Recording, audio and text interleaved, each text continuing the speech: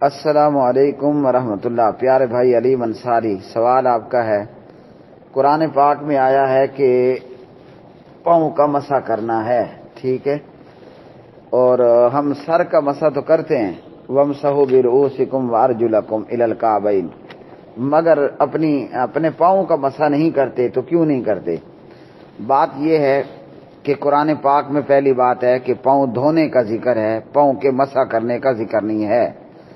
یہ جو واو ہے اس کا عطف فَاغْسِلُوا وُجُوهَكُمْ وَأَيْدِيَكُمْ إِلَى الْمَرَافِقِ پر ہے، چہرہ بھی دھونا ہے اور اپنے بازوؤں کو کوہنی سمیت کوہنی تک دھونا ہے، تو اسی پر جو ہے وہ پاؤں بھی ہیں، یعنی کیا بنے گا؟ فَاغْسِلُوا وُجُوهَكُمْ وَأَيْدِيَكُمْ وَأَرْجُلَكُمْ إِلَى الْكَعْبَيْنِ۔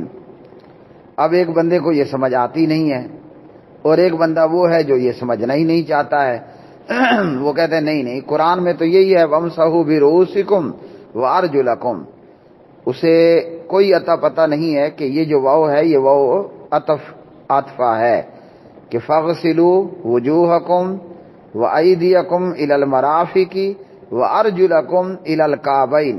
بہرحال اس کا پھر کیا حل ہوگا؟ اس کا حل یہ ہے، پہلی بات یہ نوٹ کر لیں، قرآن میں پاؤں دھونے کی بات ہے، پاؤں پر مسح کرنے کی بات نہیں ہے۔ ایک بندہ کہتا ہے مجھے سمجھ نہیں آ رہی ہے، آیت اس طرح ہے ہی نہیں جس طرح آپ نے پڑھی ہے، آیت تو یہ ہے فَاغْسِلُوا وُجُوهَكُمْ، ہاں جی، اور آگے جو ہے وہ کونیوں تک اپنے بازوں کو دھونا ہے۔ تو اب یہ کہ ہم مسح کیوں نہیں کرتے، کس کا؟ پاؤں کا، اور دھوتے کیوں ہیں؟ جواب یہ ہے کہ یہ آیت کس پر نازل ہوئی ہے؟ سیدھا اور آسان سا حل، قرآن پاک کی دیگر آیات کی طرح یہ آیت بھی جناب محمد الرسول اللہ صلی اللہ علیہ وسلم پر نازل ہوئی ہے۔ یہ بات سب کے نزدیک متفق علیہ ہے، شیعہ بھی مانے گا اور باقی بھی مانیں گے کہ قرآن پاک کی دیگر آیات کی طرح یہ آیت مبارکہ بھی نبی علیہ الصلوۃ والسلام پر نازل ہوئی۔ اب بتائیے، نبی علیہ السلام نے پاؤں کو دھویا ہے یا آپ صلی اللہ علیہ وسلم نے پاؤں کا مسح کیا ہے؟ کیا خیال ہے؟ نبی علیہ الصلوۃ والسلام نے پاؤں دھونے کا کہا ہے یا نبی علیہ الصلوۃ والسلام نے آپ کا بھلا ہو پاؤں پر مسح کرنے کا کہا؟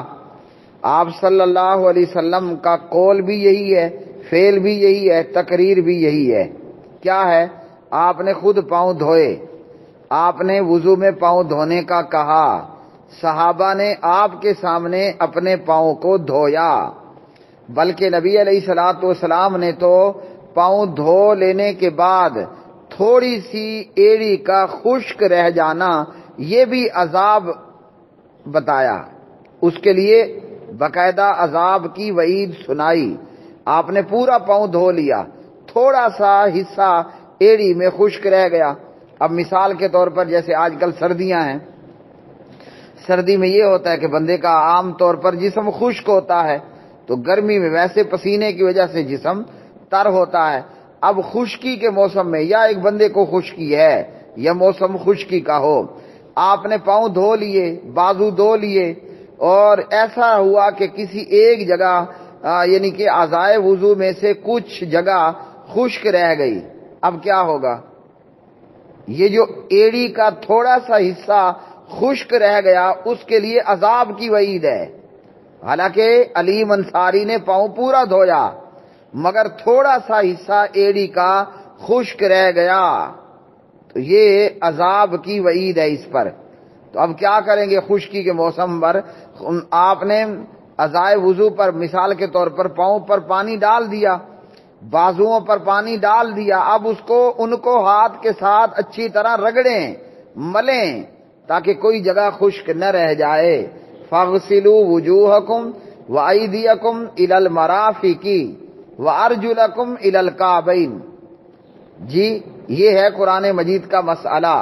ظاہری صورت میں آپ کو نظر آتا ہے فَاغْسِلُوا وُجُوهَكُمْ وَأَيْدِيَكُمْ إِلَى الْمَرَافِقِ وَامْسَحُوا بِرُؤُوسِكُمْ وَأَرْجُلَكُمْ إِلَى الْكَعْبَيْنِ۔ تو ترجمہ اس کا یہ ہے کہ اپنے چہرے کو دھو، وضو کرتے ہوئے ہم چہرے کو دھوئیں گے، اپنے ہاتھوں کو کونیوں سمیت دھوئیں گے، سر پر مسح کرنا ہے اور پاؤں کو ٹخنوں تک دھونا ہے۔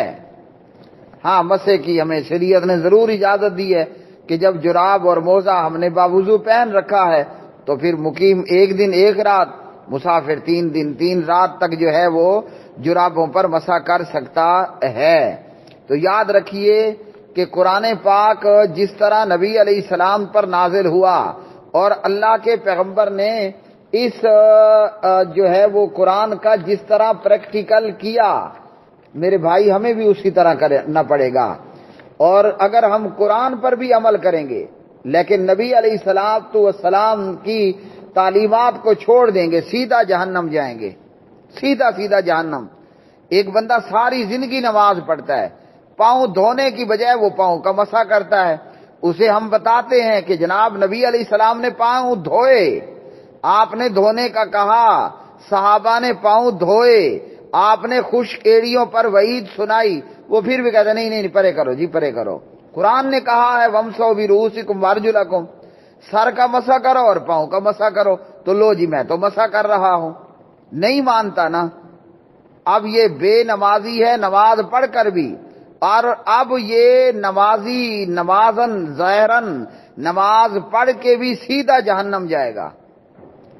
تو ہمارے لیے اور یہ ایک مثال نہیں ہے، ایسی بہت ساری مثالیں قرآن میں موجود ہیں کہ اگر ہم قرآن پر عمل کرتے ہیں اور نبی علیہ الصلوۃ والسلام کو بائی پاس کر جاتے ہیں، ہم عمل قرآن پر کرتے ہیں لیکن حضرت محمد الرسول اللہ صلی اللہ علیہ وسلم کو بیک کرتے ہیں، پیٹ کرتے ہیں، قسم کعبے کے رب کی سیدھا جہنم ہے، بالکل سیدھی سامنے جہنم کا کھڈا ہے۔ اب مثال کے طور پر اگر آج ہم دیکھ لیں قرآن پاک کے اندر آیت رجم کوئی موجود نہیں ہے کہ زانی شادی شدہ ہے۔ ہاں جی کیا ہے؟ زانی کون ہے؟ شادی شدہ ہے نا، زانی شادی شدہ ہے اور ہم اس کی جان لیں۔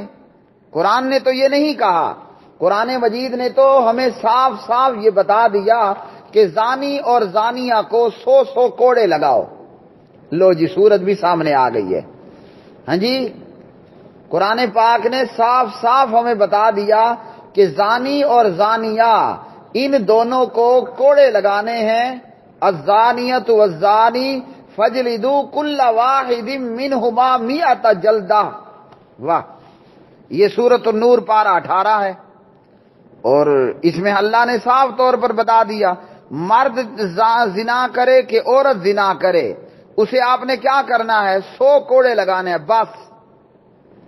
قرآن میں وہ آیت آج موجود نہیں ہے، صدیوں سے موجود نہیں ہے، موجود تھی اب کوئی نہیں ہے کہ اگر زانیہ شادی شدہ ہے اور زانی شادی شدہ ہے تو اس کو رجم کرو۔ میرا خیال یہ ہے کہ ایران میں بھی یہی سزا ہوگی، ایران کے اندر بھی، شیعوں کا ملک ایران، امید ہے وہاں بھی یہی سزا ہوگی کہ شادی شدہ اگر زنا کرے اور زنا ثابت ہو جائے تو اس کو پکڑ کر لٹکا دو، اس کو رجم کرو، اس کی جان لے لو۔ سعودیہ میں تو یہ سزا ہے ہی ہے، اور باقی جہاں نہیں بھی ہے تو ہر کلمہ گو مسلمان مانتا ہے، جانتا بھی ہے کہ شادی شدہ زنا کر لے تو اس کی جان لینی ہے۔ اب بتائیے قرآن میں یہ کہاں ہے؟ ان 30 پاروں میں آج وہ آیت کوئی نہیں ہے کہ شادی شدہ کی جان لینی ہے زانی زانیہ کی، تو کیوں ہم لے رہے ہیں؟ قرآن کے تو خلاف ہے۔ شیعہ سے پوچھ لو، شیعہ بھی مانے گا ہاں جی کہ جناب شادی شدہ زانی زانیہ ہو تو اس کی جان لینی ہے، قرآن کے تو خلاف ہے، قرآن میں یہ آیت کوئی نہیں ہے، تو کہاں ملے گی یہ بات؟ اس کے لیے حضرت محمد الرسول اللہ صلی اللہ علیہ وسلم کے دروازے پر آنا پڑے گا، اور وہ کہے کہ نہیں میں نہیں مانتا جی، نعوذ باللہ، پرے کرو نبی علیہ الصلوۃ والسلام کو۔ جب قرآن میں نہیں ہے تو کیوں ہم غریب لوگوں کی جان لیں؟ ہاں جی اس کے چھوٹے چھوٹے بچے ہیں، وہ 5 بچوں کی ماں ہے، وہ 10 بچوں کا نعوذ باللہ باپ ہے، تو ہم کیوں ان کی جان لیں؟ ہم نہیں مانتے، نہیں کرتے امرجم۔ کہاں جائے گا بتائیے؟ جہنم جائے گا نا۔ قرآن نے کہا حتی یتبین لکم الخیط الابیض من الخیط الاسود، کہ کالے دھاگے سے سفید دھاگا تمہارے لیے واضح ہو جائے۔ اس کی تفسیر میں ایک واقعہ ہے ابن کثیر میں، یہ روزہ سحری اختتام سحر کے حوالے سے سورۃ البقرہ ہے، اختتام سحر حتی یتبین لکم الخیط الابیض من الخیط الاسود۔ وہ صحابی کیا کرتا ہے، وہ اپنے تکیے کے نیچے کالا دھاگا بھی رکھ دیتا ہے تو سفید دھاگا بھی رکھ دیتا ہے۔ وہ جی اختتام سحر تو چھوڑ، سورج نکلنے کو آ جاتا ہے تو ابھی تک سفید دھاگا سامنے نہیں آ رہا، یعنی ظاہر نہیں ہو رہا۔ تو یہ پیغمبر نے بتایا کہ یتبین لکم الخیط الاسود من الخیط حتی یتبین لکم الخیط الاسود من سوری آیت سلپ ہو گئی مجھ سے۔ تو نبی علیہ السلام نے فرمایا کہ اس سے مراد جو ہے وہ طلوع فجر ہے۔ تو اب کیا خیال ہے، نبی علیہ السلام کو بیچ میں سے نکال دیا تو کیا کام بنے گا؟ ہیں جی، ایسے تو آپ جناب دن چڑھے تک کھاتے رہیں، آپ کے سامنے یہ مسئلہ حل نہیں ہونے والا۔ یہ کب ہوگا کہ جب نبی علیہ السلام کی اطاعت کریں گے اور آپ کی پیروی کریں گے۔ حتی یتبین لکم الخیط الابیض من الخیط الاسود من الفجر، یہ ہے طلوع فجر۔ اس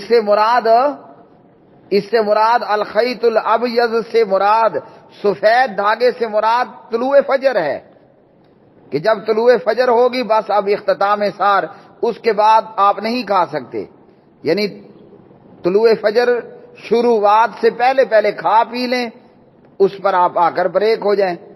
اور بھی اس طرح کی میرے پیارے بھائی بہت ساری باتیں موجود۔ تو جو کہتا ہے نا قرآن میں ہے وَامْسَحُوا بِرُؤُوسِكُمْ وَأَرْجُلَكُمْ، کہ پاؤں کا بھی مسح کرنا ہے، شیعہ لوگ مسح کرتے ہیں پاؤں دھونے کی بجائے۔ تو انہیں نہیں معلوم کہ نبی علیہ السلام نے پاؤں دھوئے ہیں، معلوم ہے پاؤں دھوئے ہیں، پھر بھی پاؤں پر مسح کرتا ہے۔ اللہ کی قسم ایک نماز بھی نتیجے سے، ایک نماز بھی اس کی قبول نہیں ہونے والی۔ وہ بظاہر نماز پڑھ کے پھر بھی جہنمی ہے۔